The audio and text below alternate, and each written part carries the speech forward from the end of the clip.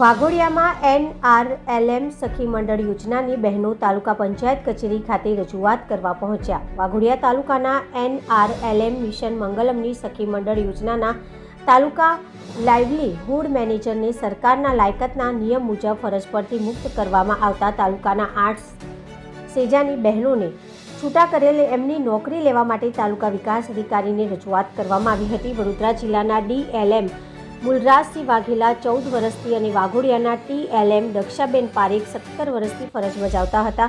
તેમની સરકારશ્રી દ્વારા શૈક્ષણિક લાયકાતને લઈને ફરજ પરથી મુક્ત કરવામાં આવતા તાલુકા સેજાના પ્રમુખ તેમજ 8 સેજાની સખી મંડળીની બહેનો TLMને નોકરી પર પરત લેવા માટે વાઘોડિયાના ધારાસભ્ય ધર્મેન્દ્રસિંહ વાઘેલાને પણ રજૂઆત કરવામાં આવી હતી.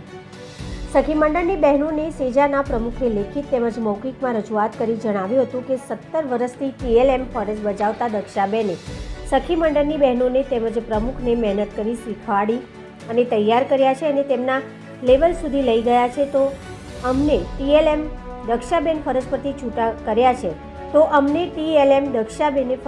છૂટા કર્યા છે તેમને નોકરી પર પરત લેવા એવી અમારી સરકાર જોડે માંગ છે. સરકારશ્રીના શૈક્ષણિક લાયકાતના પરિપત્ર મુજબ TLM દક્ષાબેનનો 17 વર્ષનો અનુભવ અને મહેનત જોઈને સરકારશ્રી દ્વારા નક્કી કરેલ શૈક્ષણિક લાયકાત મેળવવાનો સમય આપે તેવી પણ માંગ સખી મંડળની બહેનો દ્વારા કરવામાં આવી હતી. ધારાસભ્ય તેમજ તાલુકા વિકાસ અધિકારીએ મહિલાઓની વાત ધ્યાનમાં લઈ તેમની વાત સરકાર સુધી પહોંચાડવાની ખાતરી આપી હતી. રિપોર્ટર મૌલિન વ્યાસ, વાઘોડિયા, BN ન્યૂઝ, ગુજરાતી.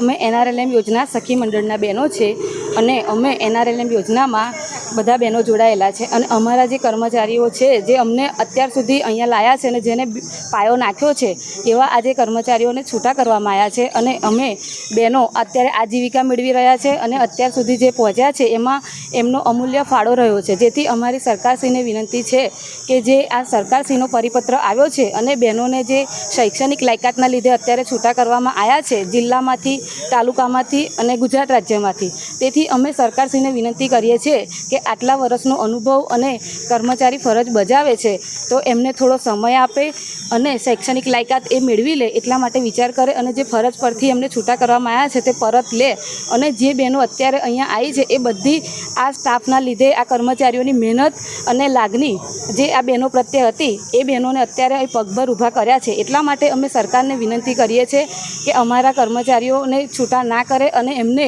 જે લાયકાત નક્કી કરી છે એ મુજબ લાયકાત મેળવવાનો સમય આપે અને એમની ફરજ ઉપર પાછા લે એવી અમારી વિનંતી. આ અંગેની આપે રજૂઆત ક્યાં કચેરી સુધી પહોંચાડી છે? અમે અત્યારે અહીંયાથી શરૂઆત કરીએ જેવી અમને ખબર પડી સખી મંડળની કે બહેનોને કે અમારા જે મેડમ છે જે અમને NRLM વિશે માર્ગદર્શન આપે છે અને આ યોજના ચલાવે છે અને એમાં એમની 17 વર્ષથી ફરજ બજાવી રહ્યા હતા. અત્યારે એ બેન વિધવા છે અને એમની પાસે કોઈ આધાર નથી તો એમને છૂટા કરી દેવામાં આવ્યા છે. તો અમે બહેનો એ કહીએ છીએ કે આવા અન્યાય કહેવાય. ખરેખર આ બહેનો શું કર્મચારી કોઈ પણ હોય, આજે કર્મચારી કોઈ બી વસ્તુ કરે છે, જોબ કરે છે એટલા માટે એને કંઈ ઘણું બધું કરેલું હોય છે. અત્યારે આ રીતના છૂટા કરી દેવામાં આવે છે તો એમની આર્થિક રીતે સ્થિતિ પણ લથડાઈ ગઈ છે. એટલા માટે અમે કહીએ છીએ કે અમારી બહેનોની એક જ માંગ છે કે અમારા કર્મચારીઓએ કામ સરસ કરેલું છે, અમને પગભર કર્યા છે અને દરેક યોજનામાં જે જે માહિતી હોય તે પૂરતી પાડી છે. એટલા માટે અમે સખી મંડળની દરેક બહેનો વાઘોડિયા તાલુકાની અને વડોદરા જિલ્લાના DLM સર જે અત્યારે અમને આટલા આગળ લાયા છે એમના માટે રજૂઆત કરીએ છીએ અને એમને એમના હોદ્દા ઉપર પરત આવે એવી અમારું આવેદન છે. આ રજૂઆત આપણે ક્યાં કચેરી સુધી પહોંચાડી છે? અમે અત્યારે